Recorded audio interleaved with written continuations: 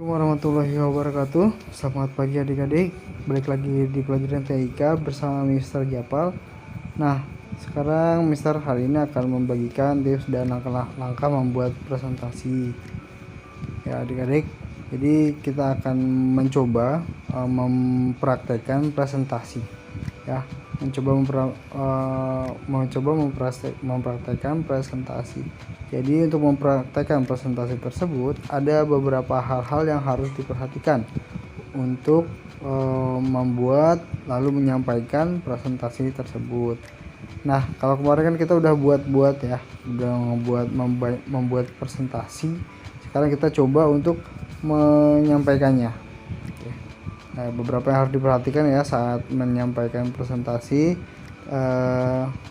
Mister akan mulai. Ya, jadi pemahamannya di sini presentasi adalah suatu metode penyampaian dengan presentasi seseorang akan lebih mudah mengerti dan memahami inti dari sebuah pesan yang ingin kita sampaikan pada audiens. Intinya ya kita menyampaikan pesan ya, tapi berbentuk PowerPoint. Nah, PowerPoint itu kita bisa isi dengan teks, gambar dan animasi. Jadi supaya orang-orang tuh lebih menarik perhatian orang-orang gitu.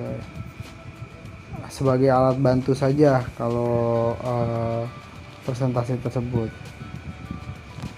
Agar audiens tersebut dapat mengerti, ada hal-hal yang harus diperhatikan pada saat membuat dan menyampaikan presentasi. Berikut tipsnya agar presentasimu lebih bagus dan mudah dipahami.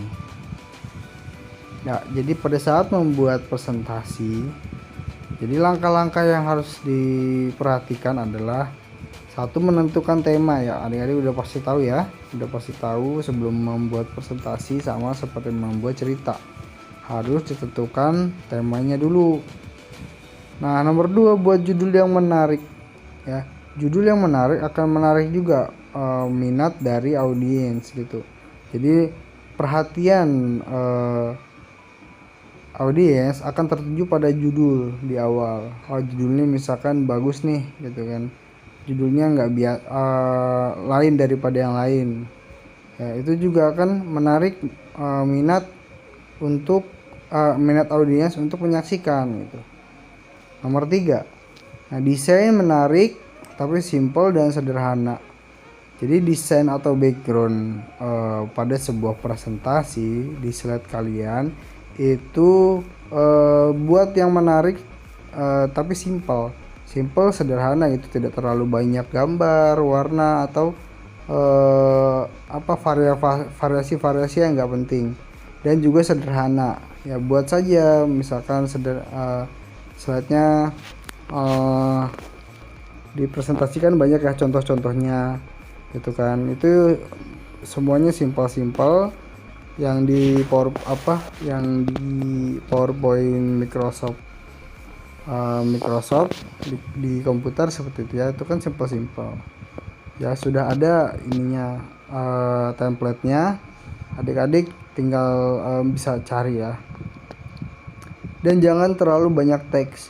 Nah, dalam sebuah presentasi dianjurkan tidak menggunakan banyak teks. Jadi hanya poin-poin penyampaiannya saja. Selanjutnya kita jelaskan dengan tutur memakai kalimat dan bahasa kita. Tuh, jadi kita yang menjelaskan selebihnya.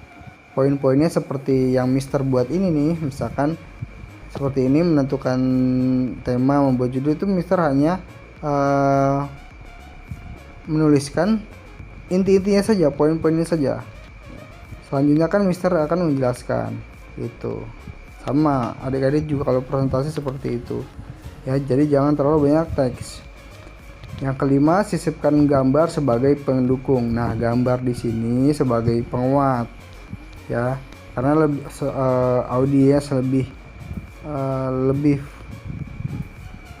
tertarik jika menggunakan gambar dan animasi. Jadi cuma kalau misalkan hanya melihat tulisan kan bosen ya. Jadi hanya monoton gitu aja. Tapi kalau misalkan gambar, ada gambarnya gitu, audiens lebih tertarik gitu, karena gambar itu lebih gampang untuk menangkap apa yang dimaksud gitu dengan bantuan gambar. Nomor 6, sisipkan transisi dan animasi. Dan Mister kemarin kan udah ajarkan ya cara di Microsoft PowerPoint itu cara menyisipkan transisi dan animasi supaya apa? Supaya lebih bagus ya, supaya lebih bagus animasinya, lebih menarik tentunya. Nomor 7, isi presentasi sesuai dengan tema ya. Jadi ketika membuat presentasi ya, tema dan isi-isinya itu usahakan sama ya, harus sama. Nah, itu sudah beda isi presentasinya. Susunan dari sebuah presentasi. Oke. Nah, yang diperhatikan juga ada beberapa hal ini satu hal yang penting, susunan dari sebuah presentasi. Oke. Jadi yang pertama kalian di slide pertama itu kita pertama kan harus kita masukkan judul ya. Kita masukkan judul. Nah, untuk slide berikutnya kita masukkan pembukaan. Ya, pembukaan itu seperti seperti temanya kita jelaskan seperti ini. Nah, nomor ketiga pengantar. Nah, sebelum masuk ke poin yang kita jelaskan, kita harus membuat pengantarnya dulu gitu sebelum ke isi. Nanti Mister akan contohkan. Jadi pembukaan dan pengantar itu seperti apa. Nah, habis itu keempat kan isi dari presentasi tersebut, poin-poinnya. Ya, yang selanjutnya yang kelima adalah kesimpulan. Kesimpulan, jadi setelah isi kita sisipkan kesimpulan ya, kesimpulan dari semua presentasi tersebut. Jadi kesimpulannya apa?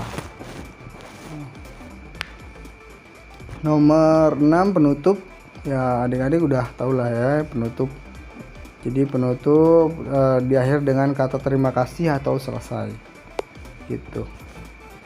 Ini urutan-urutan yang Mister tekankan di sini. Jadi presentasi kalian yang kalian buat itu nggak sembarangan memasukkan judul, memasukkan gambar, ntar masukkan kata-kata. Jadi ada urutan-urutannya, urutan struktur atau bentuk dari sebuah presentasi tersebut.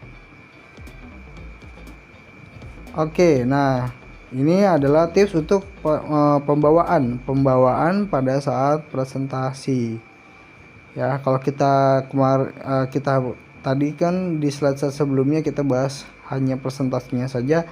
Nah, sekarang kita bahas cara pembawaannya. Membawakan presentasi itu nggak sembarangan. Ada beberapa hal yang harus diperhatikan. Yang pertama adalah memahami setiap bagian dari presentasi. Fungsinya apa? Ketika nanti teman kalian ada yang bertanya dan nggak paham dengan presentasi yang adik-adik sampaikan, adik-adik bisa menjelaskan bagian tersebut di mana yang nggak ngerti. Jadi adik-adik bisa memberi pemahaman gitu ya. Kalau cuma tahu judul sama isinya aja terus ditanya yang nggak ditanyanya, ketika adik-adik ditanya ternyata nggak bisa jawab. Karena kenapa? Adik-adik belum menguasai materi yang adik-adik sampaikan. Nah, yang kedua ada percaya diri, tidak gugup ya, harus percaya diri. Kalau grogi, nanti apa yang malah bisa jadi apa yang adik-adik sampaikan tidak tersampaikan kepada audiens atau yang menyaksikan, gitu. Kan dilihatnya juga kan tidak enak kalau misalkan membawakan presentasi tapi sambil gugup. Jadi nggak lancar itu membawakannya. Nomor 3 adalah bahasa yang jelas dan mudah difahami ya. Jadi presentasi juga bisa adik-adik lihat dulu di acara formal ataupun non formal. Misalkan di acara formal berarti bahasanya harus baku. Ketika kalian mempresentasikan di kelas misalkan, bahasanya harus baku gitu. Tapi yang adik-adik pahami aja. Terus juga nomor 4 ada harus saat presentasi ini penting ya, good looking ya, berpakaian rapih, jadi supaya enak audiens melihatnya gitu, menyaksikan kita sedang presentasi. Teman kita lebih enak menyaksikannya. Kalau misalkan presentasi terus pada saat kita kumal kan gak enak dilihatnya ya. Jadi masa presentasi pakai pakaian presentasi tapi belum mandi misalkan ya, jadi harus rapi, harus good looking gitu kan, supaya kita lebih percaya diri. Nomor 5, menggunakan bahasa tubuh untuk penekanan pada poin. Jadi kita bisa memainkan gerak tangan gitu kan, terus juga menatap semua audiens yang ada di hadapan kalian. Jadi nggak cuma membaca teks aja, tapi tidak melihat ke audiens. Jadi kalau misalkan melihat ke audiens, diharapkan bisa memberi pemahaman ya. Jadi audiens juga bisa fokus dengan kita juga fokus dengan audiens gitu. Nah, kesimpulannya, presentasi bukan hanya sekedar metode ya adik-adik untuk menampilkan sesuatu, tapi juga sebagai cara untuk menyampaikan isi pikiran kita sendiri. Jadi apa yang kita di dalam otak kita itu kita bisa tuangkan dalam presentasi tersebut. Tuh, jadi kita kan nggak mungkin cuma bercerita gitu kan, hanya menjelaskan gitu, tapi juga bisa diterapkan secara tidak langsung adalah merepresentasikan isi kepala kita kepada orang-orang. Jadi tidak sembarangan dalam membuat dan menyampaikan presentasi. Dengan tahapan tersebut bisa membuat presentasi kita jadi lebih menarik, mudah dipahami, dan pastinya lebih berisi. Jadi ada ilmunya dari sebuah presentasi tersebut. Jadi bukan cuma pertunjukan semata gitu ya. Ada isinya, ada ilmunya dari sebuah presentasi. Oke. Nah, Mister akan contohkan, tunjukkan presentasi dari bagian-bagian dari presentasi. Nah, yang tadi Mister contohkan kan bagian-bagian dari presentasi. Yang pertama kan adalah judul. Ya, judulnya seperti ini Mister udah buatkan. Oke. Ini Mister bikin polos aja karena Mister hanya ingin menunjukkan bagian-bagian pada presentasi ya, bukan desainnya. Kalau desainnya kita bisa Mister gunakan Google Slide, bukan PowerPoint. Jadi nggak ada fitur untuk menambahkan animasi dan transisi di Google Slide. Jadi mungkin Mister sarankan sih pakainya Microsoft PowerPoint ya, karena memang fiturnya lebih lengkap, lebih banyak.